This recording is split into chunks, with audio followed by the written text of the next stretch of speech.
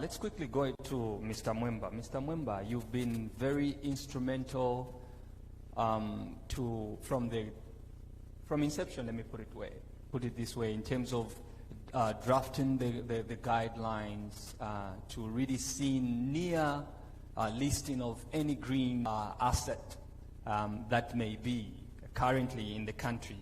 My question to you is, what are the fundamental interventions for developing an attractive, tangible green market hub, bearing in mind that there's a global competition for these limited funds out there? And Mark also has just talked about us also trying to obviously summon non-residential activities somewhere there. Okay, thank you. I think that there's so many players that are actually involved in, bringing to market instruments like green bonds. And I think at first we underestimated the issue of awareness and capacity building, of the different players, be it the regulators, the brokers, and also on the government side, because we've actually realized, I think, when we're actually getting to Minister of Finance, for example, and say the committee that is responsible for incentives and stuff like that.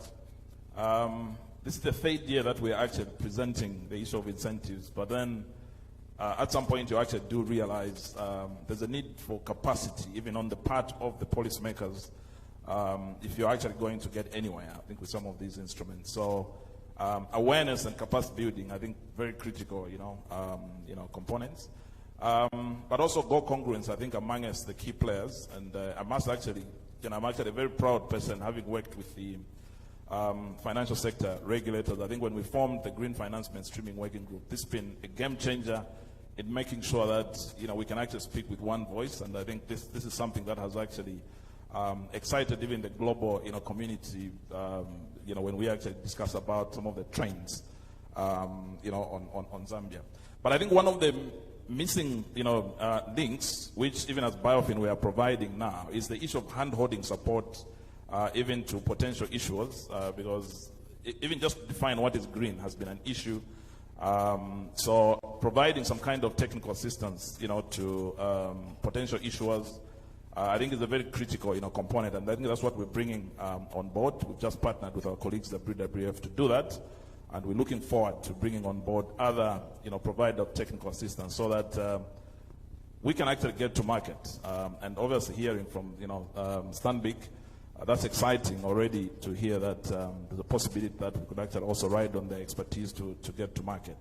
But I think seeing PS here, I must actually indicate that we really, look forward to these incentives. I think this is almost 4 years that we've been, knocking on the door of Minister of Finance.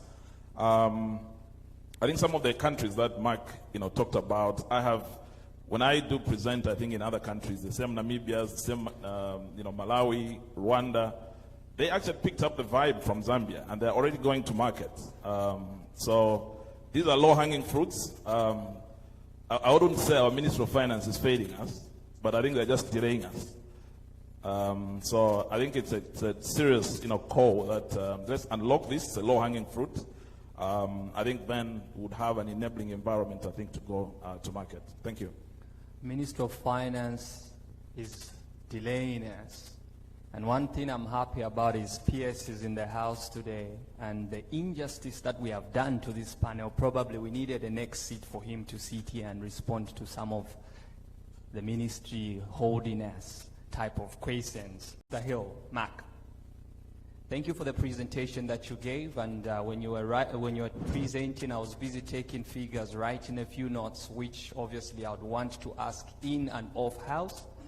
But the question that I'm giving to you, what are some of the expectations, seeing that you are playing in international market, you are representing international investors, what is it that you are looking for in the Zambian market in terms of committing international investors' resources in the green space side of things? And I want you to respond to this question looking into the expected incentives, the legal frameworks, and maybe the jump. Why Malawi before Zambia? We are huge population-wise. Okay, thank you. Zambia is very close to my heart. I've done it for half of my years at Standard Bank. So, if I could say 85% of all the local currency bonds we do are domestic investors, and then we do obviously push to get non-residents in. How would we get international investors into Zambia, you're asking? So, international investors, there's either emerging market funds with African allocation, or they've got African dedicated funds. What we find generally is that most of the money either goes into local currency sovereign, so they'll buy Kwacha, Zambia bonds or T-bills, or they'll buy dollar corporate. You could take a Zesco and list it on like a Euro bond and they could invest. Obviously, if we do a green bond and it's got the benefits, you'll get your whole suite of investors. We need to look at if there's any withholding tax for the internationals to come in, what the merits are on the yield, etc. When we did Acorn in Kenya, 30% of the book came from Investec. It was the EARF, Emerging Africa Infrastructure Fund.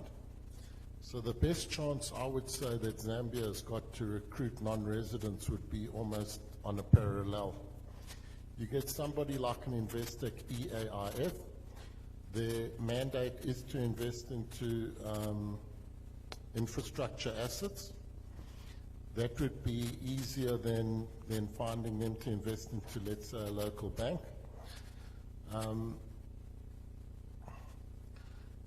To get Acorn Kenya through their committee, they typically invest into 15-year. Acorn was a 5-year bond. So Zambia infrastructure project would have to be 10 years. You find people like that. It would have to fit in with their mandate for either water or utility or infrastructure, obviously. They usually invest in dollars, but in the case of Acorn, they got an exemption from their credit committee to invest in local currency.